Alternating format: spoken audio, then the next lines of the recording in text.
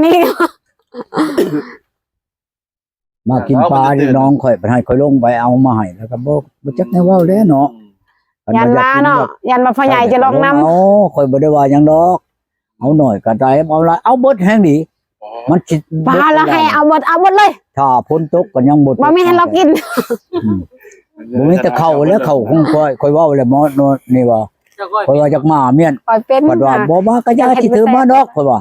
กูลืม ทำไปเฮ็ดนั่น ไม่ลืม ก่อน เข่า โอ้ไอ้น้อมลืมเข่าอันนี้ก็เนี่ยลืม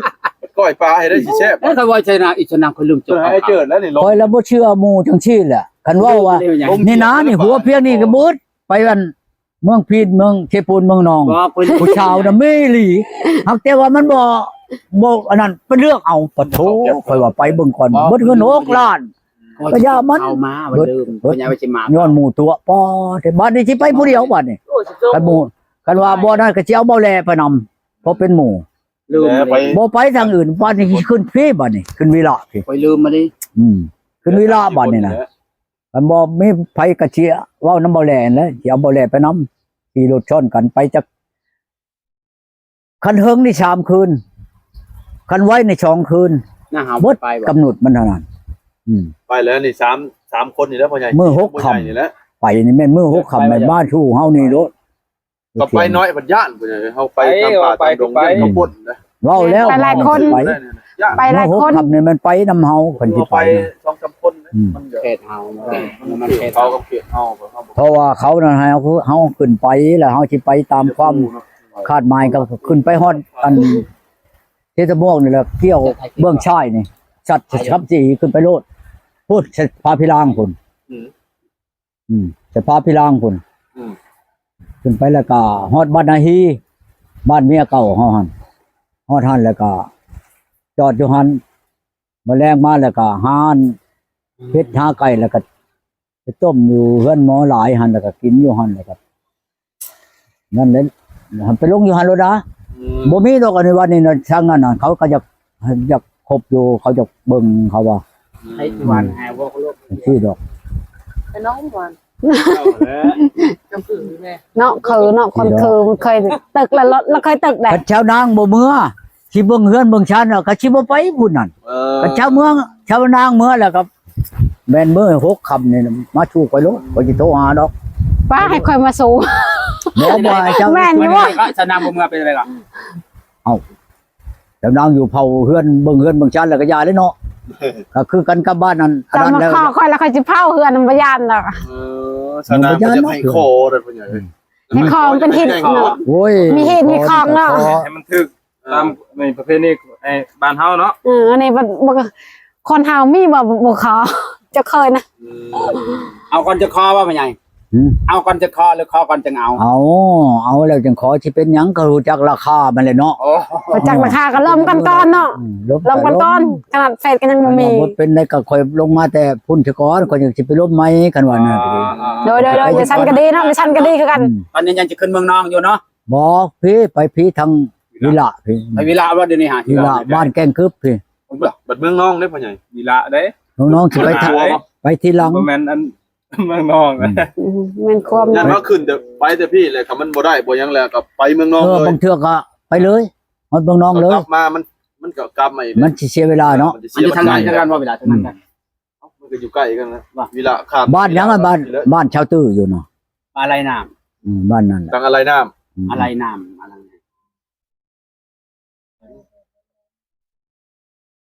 ำไปฮอดพุ่นบ่เนาะพ่อใหญ่เนาะ ไปพุ่นแล้วกันได้ไปแล้วมันเลย2บ่อนนั่นแหละบ่ได้บ่หนึ่งก็ได้บ่หนึ่ง ถือเสื้อผ้า จนเขาให้ เป็นมันอยู่ทุกที่ที่มันยัง จนน่ะอยู่นี่นะจนเขาให้เกียมเงินขึ้นไปโลดจำนั้นแหละแปลว่าได้รถร่างงัวน่ะวันนี้มีปัญหาอย่างงัวราคามันจำนั้นจะรู้จักเบิดแล้วค่างัวน่ะค่าใบปลูกลังมันก็เท่านั้นเขาอ่ะค่างัวน่ะเท่านั้นน่ะไปแล้วจนเขาละมาโลด โอ้ บ่ได้ยากจังนี้ลีรอได้ ทีหลังมาแล้วบ่พ่อใหญ่ เอาแล้วค่อยไปชื่อทีนึงแล้วได้งัวน่ะบักนั่นน่ะงัวแม่กับลูก ซื้อไปสันดีแล้วเนาะ อันนี้นั่นงัวแม่ชื่อหรือไดงัวแม่นั่นหรือได งัวใหม่ๆงัวแม่ เนี่ย แม่บ่แล้วแม่ใหญ่ได งัวใหม่ๆ แต่ว่ามันบ่ทันได้ลูก โอ้งัวใหม่ๆเนาะ งัวแม่มัน บ่แม่นแม่นางแม่อันนั้นได้บ่แม่นชื่อได้งัวแม่ใหญ่ได้ได้ โอ้ ก็พอพังราคางัวน่ะก็ดีเพราะชื่อ กินไข่ดีเนาะ โตใหญ่โอ้ราคาก็พอพัง งัวก็คักได้เขาเว้าน่ะคักอหลีเขาว่าฮักให้เขาเปิดกล้องเนี่ยมันเขาบ่เปิดมาให้เบิ่งมาเบิ่งโลดเขาว่าจ้อยพี่ก็มาเบิ่งเอาเองเขาว่า บ่ย่านเข้าตัวอีกบ่ บ่ตัวนี่ บ่ตัวแท้ มันได้น้ำมันตัวหนึงเลยเด้โอ้นี่นะไปชุดนั้นกาพอบ้านเขาเลยให้ขึ้นไปเบิ่งเขาว่างัวนั่นงัวแม่ชื่อเขาว่านี่แม่ชื่ออันนี้แม่ชื่อใหญ่เด้ได้ชื่อใหญ่อหลี เดี๋ยวนี้เด้ไอ้น้องเอ้ยบ่ใหญ่เพิ่นเว้าครับผู้สาวฮะโทรมาทางเบอร์เพิ่นว่าว่าจะเปิดกล้องก็บ่ให้เปิดว่ะถ้าอยากได้แล้วมาเอารถเพิ่นว่าว่าเพิ่นสิไปนี่แหละมีละยังไงล่ะ โทรมาทางเบอร์นะมันจะมี อันนั้นก็เอ้ย ว่าไอ้แหละโทรมาทางเบอร์มันจะเปิดกล้องในเฟซคือได้นะ จังว่าแล้วเพิ่นจะโทรทางนั้น อย่ามันเลยคือจับเราขึ้นไปนี่ก็แย่งแหวงเล็กแล้วเฮ้ย มาเลยยังแวนแค่ออก อย่ามันเลย น้ำแควบ่มีแควอ่ะนะ มีแคลด้วยจ้ะมีแคลเลยจิมาเท่าจิป้อนวะ สิยำไว้บ่ติ แม่เนาะมืนตีนเลย ว่าคักเลยนะเอาวิจาบ่มีแควจะยำไว้บ่ล่ะตานางเว้า โอ้อย่ามันเลยจำเป็นเลยเนาะ โอ้ย อันจำเป็นก็เอาค่อยดีกว่าค่อยกันเนาะ เอาเจ้าแล้วเจ้าบ่ยังเว้ามื้อนั้นวันนี้อยู่เนาะ โอ้ จะเป็นเอา เขาบัดผู้อยากได้บ่อยากได้เป็นบ่จำกันกับบัดยามหนาวเราบ่มีผมเป็นบ่ใคร ค่ ให้ อย กว้าง จะเป็นพร้อมให้ไม่ยาก จะ นะ เป็นเรื่อง ตานางจะเป็นเบาหมาย มีอันนี่ผู้มันใคร ค่อยนอนคุณไม่ได้ตรงผมก็ยังได้นะค่อย ยังต่อยาวอยู่เฮาบ่รู้ต่อยาวเลยต่อโลดเฮาก็บ่ได้ว่าโอ้ยยานนั้นบ่ มัน ได้ ยังฮอตมันได้ฮอตยามปีหน้าเนาะปีหน้ายังบ่ได้ฮอตให้ฮอตยามเดือน6ก้อนปีเนาะ จังมา คันว่านั่น มันดินซึมมาตอนนี้มันดินแห้ง ตานางเว้า อันนี้มันการจำเป็นได้เฮามันเฮาสิจ้อนใช่ได้คันว่าหมู่ตกลงปรงใจดีแล้วก็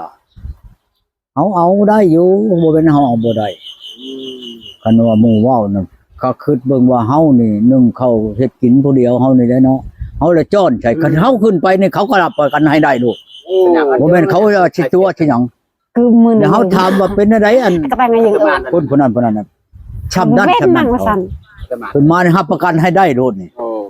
มืนตีน อันมันเว้านั่นยังชี้หมอนั่นน่ะคันว่าละบ่มีแท้ๆให้ถือขึ้นไป15ล้าน 15ล้าน 15ล้านให้ได้ลงมาลูก ให้ลงมาเลย โอ้ สบายปานนั้นเหรอ เอาแล้วเฮาเมียก่อนเฮาน่ะก็ขึ้นไปแล้วก็เอามาโลด เมืองยังเกาะวิระบ่ บ่มีงัวมีควายจะมีแตะมุง บ่เป็นไงวิระบ่ อ๋อบ้านอันนี้นะแกงกึบนี่นะ แล้วเป็นยัง บ่รู้ประเทศใด แล้วเป็นยังจังปะกันมาพ่อใหญ่ เอ้า เพชรยัง ผู้นั้นบ่ได้ เรื่องหยัง เมื่อหางัวลูกโทรมาเมื่อหางัวบ่เห็นฉันเมื่อแล้วมันก็บ่มาลูก เอ้า ฉันไปฉันบ่ ถือบักทั่วเมื่อขายมันได้ขายบักทั่วได้90 ขายอยู่พุ่นน่ะ ขายตามทางเมื่อหั่นแหล้ว ตัวละปุกอยู่พี่ เอาในชวนเอาเนี่ยหน้าหาให้เนี่ยบักทั่วมาแล้วก็บักทั่วยังเต็มอยู่ในชวนนี่โย